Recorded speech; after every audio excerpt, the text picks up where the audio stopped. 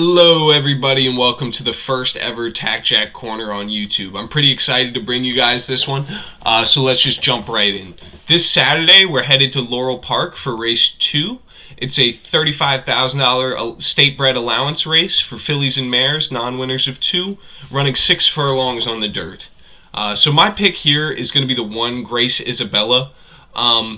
This horse came out electric, breaking her maiden a couple years ago by 21 3/4 lengths. I realize that was way back in 2017, but it's still an exciting fact. It shows that this horse wants to be a winner, can be a winner, and can even be a star, can blow horses out of the water. Last start, I realized there's a little worry there, getting beat by 15, maybe 16 lengths.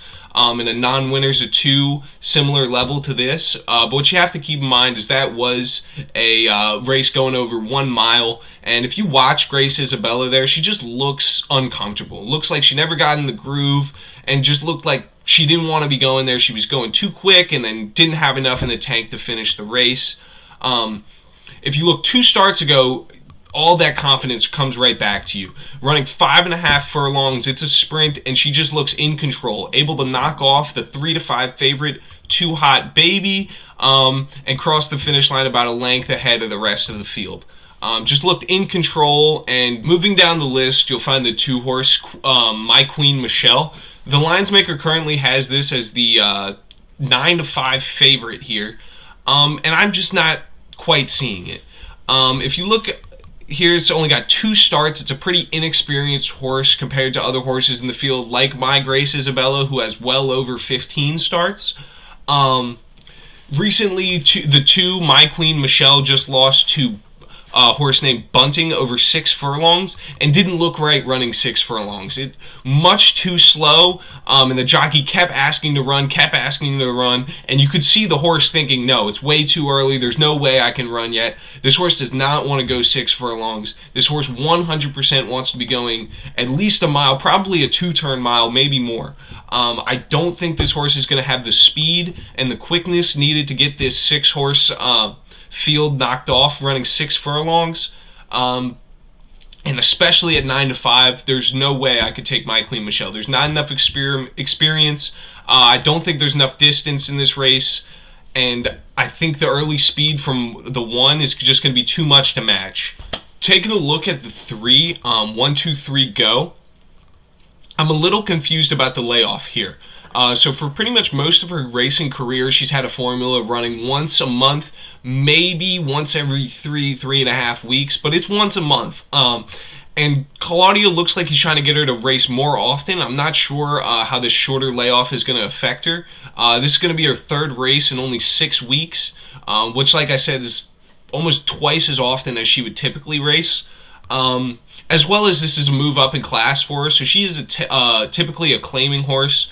$25,000 claiming races, and granted this is a state-bred allowance, so it's not the hardest competition, but it is a slight jump up in class, and I think this could be tough for her. So for those reasons, I'm going to have to leave 1, 2, 3, go off my ticket. Moving down, we have the 4, don't baggage check. Never to check bags is actually one of the great life lessons my father has taught me. Taught me absolutely never under any circumstances should you check a bag, and it has changed traveling forever for me. So trying to stay unbiased, but I do really much like the name. The 4, don't baggage check, has only ran twice. The first half of her first race was very uninspiring, getting blown by horses in the mid to early to mid sections of the race, but I saw something that you don't often see, which is a horse, especially at the lower levels, battling back against the horses who are running by it, finding more gas in the tank coming down the stretch. And I think if you take a look at her 2nd race, you'd be able to see that exactly. She looks so much more mature in her 2nd start, easily wins her maiden claiming race, going 6 furlongs.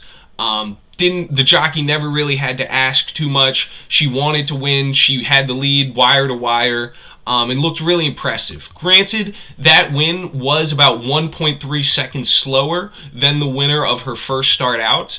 But really, if you just watch her body language, she looks like a racehorse in her 2nd race, which is something I was missing in her 1st race. And the last horse I want to talk about is the number 6 Shakur. This horse is pretty consistent, putting up 70 speed figures most of the time she touches the track. But the problem for me is just the level that she likes to win at. She often is entered in for $10,000 claiming races, maybe even a $5,000 claiming race. And I just don't see the quality there. She can every time she can put up a 70 speed figure, but she can't seem to win any of her races that aren't $10,000 claiming races. And for that, I just am not going to be able to put her on top here. But I think because of the consistency going against this young field, I think she could find a podium spot here, and I'm going to have to include her on my exotic wagering. So all that leaves us with is how to bet this race. And for my $100 play, I'm going to be playing a $20 win place on the 1, as well as a $20 exacta 1 with the 2, 4, 6. And that just about wraps it up for this week. It's been a ton of fun making this video for you guys, so I hope to see you in here next week and playing along with me. Have a good one.